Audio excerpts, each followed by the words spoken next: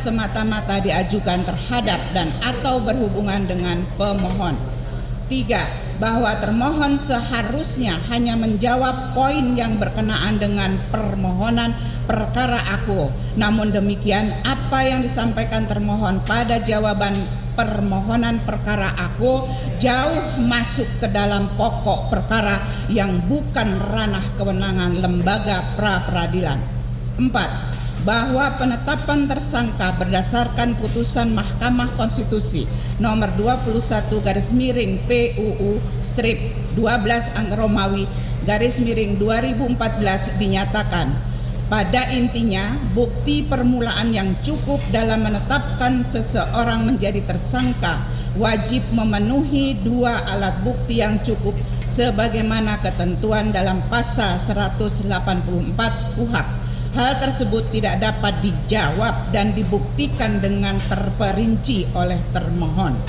Termohon hanya mendalilkan alasan-alasan yang justru bertentangan dengan ketentuan peraturan yang berlaku sebagaimana Peraturan Kepala Kepolisian Negara Republik Indonesia yakni nomor 14 tahun 2012 tentang manajemen penyidikan tindak pidana junto, Peraturan Kepala Kepolisian Negara Republik Indonesia nomor 6 tahun 2019 tentang penyidikan tindak pidana. Selanjutnya akan dibacakan sekretariat.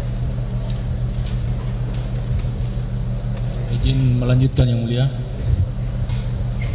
5. Bahwa termohon berdasarkan Peraturan Mahkamah Agung Republik Indonesia nomor 4 tahun 2016 tentang larangan peninjauan kembali putusan pra-peradilan dalam pasal 2 ayat 2 disebutkan pemeriksaan pra-peradilan terhadap pemohon tentang tidak sahnya penetapan tersangka hanya menilai aspek formil, yaitu apakah ada paling sedikit 2 alat bukti yang sah dan tidak memasuki materi perkara.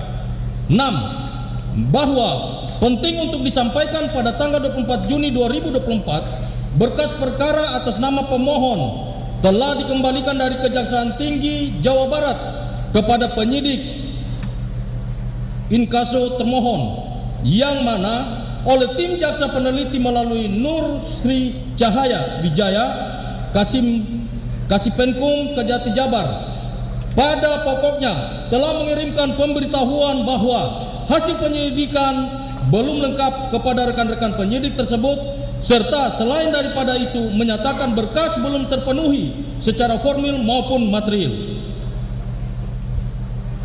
Video keterangan Kasipenkum Kejaksaan Tinggi Jawa Barat dalam press release pada tanggal 27 Juni 2024 di media Kompas TV, link YouTube dan seterusnya. Dengan demikian, termohon dalam menentukan pemohon sebagai tersangka adalah prematur karena tidak terpenuhi 2 alat bukti yang cukup. 7. Bahwa apabila mencermati dalil jawaban termohon halaman 4 angka 5 terkait DPO tahun 2016 yang telah menjadi bagian dari berkas perkara dalam putusan yang telah berkekuatan hukum tetap, putusan Pengadilan Negeri Cirebon registrasi perkara nomor 3/P/B/2017/PN CBN Junto putusan Pengadilan Negeri Cirebon registrasi perkara nomor 24.B/2017/PN CBN JO putusan Pengadilan Negeri Cirebon registrasi perkara nomor 16/PIT anak (2016/PN CBN. Jelas terdapat perbedaan identitas, alamat dan ciri khusus antara DPO Peggy alias Peron dengan pemohon. Walaupun sebelum surat DPO tersebut terbit, di pihak kepolisian Cirebon telah mendatangi alamat pemohon. Dengan demikian jelas pemohon bukan orang yang dimaksud dalam DPO tersebut. 8. Bahwa ternyata dengan terdapat perbedaan antara orang yang dimaksud DPO dengan diri pemohon, jelas hasil gelar perkara sebagaimana dimaksud dalil jawaban termohon pada halaman 5 angka 7 adalah tidak beralasan secara hukum dalam menetapkan pemohon sebagai tersangka. 9. Bahwa setelah dicermati dengan seksama, ternyata dalam jawaban termohon halaman 5 angka 7 menyatakan gelar perkara yang menetapkan tersangka atas diri pemohon tanggal 21 Mei 2024. Namun dalam dalil jawaban halaman 36 huruf B menyebutkan gelar perkara yang menetapkan pemohon sebagai tersangka adalah tanggal 19 Mei 2024. Dengan demikian menjadi tidak jelas kapan gelar perkara tersebut terjadi. 10. Bahwa berdasarkan uraian tersebut di atas, jelas dan beralasan hukum bahwa penetapan tersangka yang menjadi objek pra-peradilan perkara akut tidak sah karena tidak didukung oleh dua alat bukti yang cukup dan cara mendapatkan alat bukti tersebut unprocedural. Rangkaian dalil yang disampaikan termohon bertentangan dengan fakta yang sebenarnya, di mana pemohon pada awalnya tidak pernah diperiksa sebagai tersangka, kemudian dijadikan masuk dalam DPO dan dipaksakan menjadi tersangka, padahal tidak pernah ada bukti maupun petunjuk yang mengarah kepada pemohon sebagai pelaku tindak pidana sebagaimana ditentukan dalam perkara AKO. Bahwa perkara AKO bermula adanya laporan polisi nomor LP garis miring 953 garis miring B garis miring 8 Romawi garis miring 2016 garis miring CBR garis miring CRB Kota tanggal 31 Agustus 2016 dengan nama pelapor Rudiana atas peristiwa dengan tindak pidana pembunuhan dan pemerkosaan yang dialami oleh korban almarhum Muhammad Rizky Rudiana dan almarhum Vina terjadi sekitar tanggal 17 Agustus 2016 sekira jam, saya ulangi yang mulia, terjadi sekitar tanggal 27 Agustus 2016 sekira jam 22.00 WIB di kota Cirebon dengan DPO salah satu pelakunya yang belum tertangkap adalah Peggy alias Perong DPO, sementara pemohon belum pernah dipanggil terlebih lagi diperiksa mengenai keterkaitan pemohon dalam perkara AKO. Selanjutnya terhadap pelaku pembunuhan dan pemerkosaan yang belum tertangkap tersebut, termohon menetapkan 3 orang pelaku masuk dalam daftar pencarian orang. Salah satunya bernama Peggy alias Perong dengan identitas usia pada tahun 2016 berusia 22 tahun dan pada tahun 2024 berusia 30 tahun. Jenis kelamin laki-laki kewarganegaraan 2024. Terbitnya pemutaran film bioskop dengan judul Venus sebelumnya 7 hari menjadi viral dalam perbincangan di kalangan masyarakat baik secara langsung maupun melalui media sosial.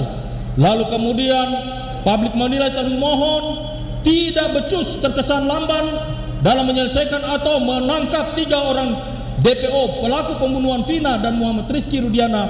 Lalu kemudian termohon secara monoton, yang mulia, saya ulangi, secara maraton mengeluarkan surat yang pokoknya melakukan penetapan tersangka atas nama pemohon. Adapun suratnya berupa surat perintah penyidikan nomor _2 SP sidik garis miring 194 garis miring 5 garis miring res titik 124 garis miring 2024 garis miring di Reskrimum tanggal 19 Mei 2024. Surat pemberitahuan dimulainya penyidikan nomor _2 SPDP 141 garis miring 141 garis miring 5 Romawi garis miring res 1.24 garis miring 2024 garis miring di Reskrimum tanggal 19 Mei 2024. Surat ketetapan tentang penetapan tersangka nomor _2 S tab garis miring 90 garis miring 5 Romawi garis miring res titik 1.24 garis miring 2024 di Reskrimum tanggal 21 Mei 2024. Surat perintah penampakan nomor _2 SP kap garis miring 79 garis miring 5 Romawi garis miring res titik 1.24 garis miring 2024 garis miring di Reskrimum tanggal 21 Mei 2024. Surat perintah penahanan nomor _2 SP han garis miring 76 garis miring 5 Romawi garis miring res titik 1.24 garis miring 2024 garis miring di Reskrimum tanggal 22 Mei 2024. Ironisnya terhadap seluruh surat tersebut di atas yang dikeluarkan oleh termohon sangatlah keliru, salah orang, error in persona, atau salah sasaran, sebab sejak tahun 2016 atau 8 tahun lalu dengan bersandar pada rilis termohon sendiri atau putusan Mahkamah Agung RI nomor 1039-K-PIT-2017 yang termasuk DPO atas nama Peggy alias Peron, bukan Peggy Setiawan, karena Peggy Peron dan Peggy Setiawan adalah orang yang berbeda baik dari usia, alamat, ciri-ciri, dan ini dan permohonan memperjelas perbedaan tersebut sebagai berikut. Mohon izin dilanjutkan yang mulia. Mohon izin yang mulia. Peggy alias Peron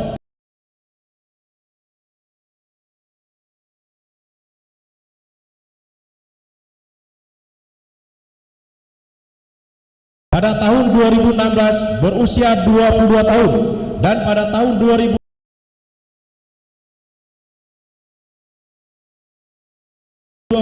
berusia 30 tahun. Jenis kelamin laki-laki, keluarga negaraan Indonesia.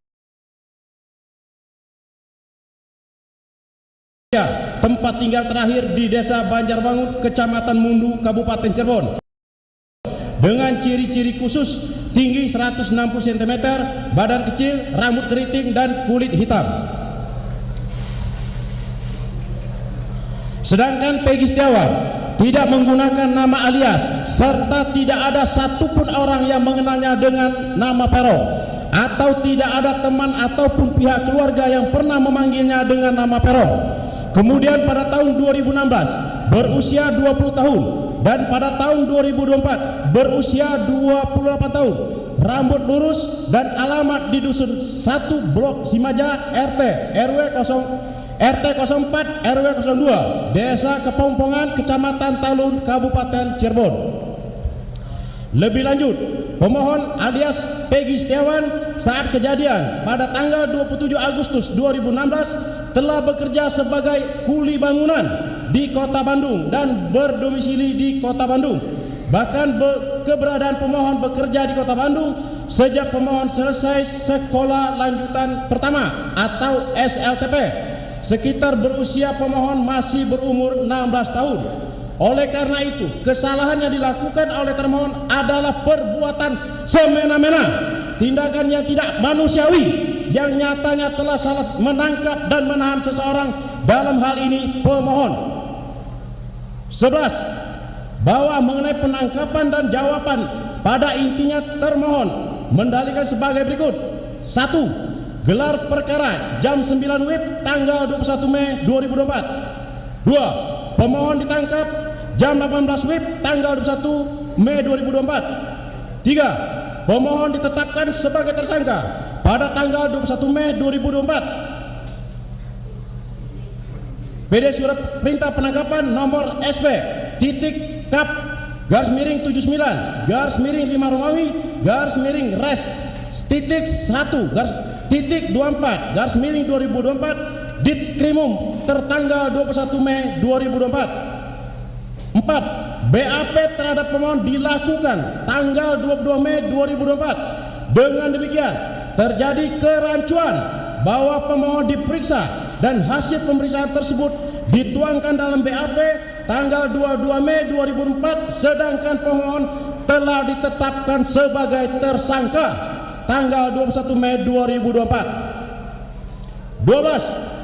Termohon mendalilkan mengenai penggeledahan rumah dan tempat tertutup lainnya nomor SP titik da garis miring 55 garis miring 5 Romawi garis miring res titik 1 titik 24 garis miring 2024 Dit Reskrimum tanggal 21 Mei 2024 Pidad halaman 5 dan 6 jawaban termohon serta penyitaan terhadap barang bukti sebagaimana diuraikan dalam jawaban termohon halaman 6. Selanjutnya izin penggeledahan dan penyitaan terhadap barang bukti tersebut di Pengadilan Negeri Sumber terbit tanggal 30 Mei 2024 dengan alasan termohon didasarkan pada jawaban termohon halaman 30 huruf D. Pada intinya termohon mendasarkan mengenai penggeledahan pada pasal 34 ayat 1 dan 2 KUHP dan pasal 38 ayat 1 dan ayat 2 KUHP mengenai penyitaan. Sudah barang tentu dalam perkara Aqua pasal 34 ayat 1 dan 2 KUHP mengenai penggeledahan, pasal 38 ayat 1 dan ayat 2 KUHP mengenai penyitaan tidak relevan diterapkan dalam perkara Aqua. 13. Bahwa selanjutnya termohon mendalilkan mengenai adanya 2 alat bukti yang sah sebagaimana jawaban termohon pada angka 16 halaman 20 sampai dengan halaman 22. Ahli psikologi Saudara Nurapni SPSI MPSI yang mendasarkan pada bukti tes psikologi dari ahli terhadap pemohon selanjutnya dianggap sebagai alat bukti oleh termohon dalam perkara Aqua adalah keliru karena tidak ada korelasinya dengan peristiwa dan pemohon sebagai pelaku tes tersebut adalah pemeriksaan psikologi hanya berkenaan dengan diri pribadi pemohon. 14. Bahwa terlebih dalam menilai 2 alat bukti perlu adanya pengujian dan keyakinan hakim yang ditimbulkan dari 2 alat bukti tersebut. Pada pasal 183 KUHP junto pasal 5 ayat 1 Undang-Undang Nomor 48 Tahun 2009 menegaskan hakim dan hakim konstitusi wajib menggali, mengikuti dan memahami nilai-nilai hukum dan rasa keadilan yang hidup dalam masyarakat. 15. Bahwa terhadap hal-hal selain selebihnya pemohon bertetap pada dalil permohonan sebagaimana surat permohonan pra-peradilan pemohon tertanggal 11 Juni 2024. Berdasarkan alasan-alasan tersebut pemohon bertetap pada petitum permohonan semula dan mohon kepada hakim tunggal yang memeriksa dan mengadili perkara ini agar kiranya menerima, mengabulkan permohonan pra-peradilan pemohon untuk seluruhnya, atau apabila yang terhormat mulia Hakim Pengadilan Negeri Bandung kelas 1 khusus memeriksa dan mengadili perkara ini berpendapat lain dalam peradilan yang baik, mohon putusannya yang seadil-adilnya. Terima kasih, hormat kami kuasa hukum pemohon. Sudah dibacakan, langsung luar biasa. Sepertinya sudah makan ini kelihatan. Sudah. Ya, sidang boleh serius, tapi urusan perut jangan terabaikan. Oke. Kebetulan yang mulia, mohon izin. Kebetulan background dari militer. Nah. Ada Renko ini kan? Izin yang mulia, ada Renko.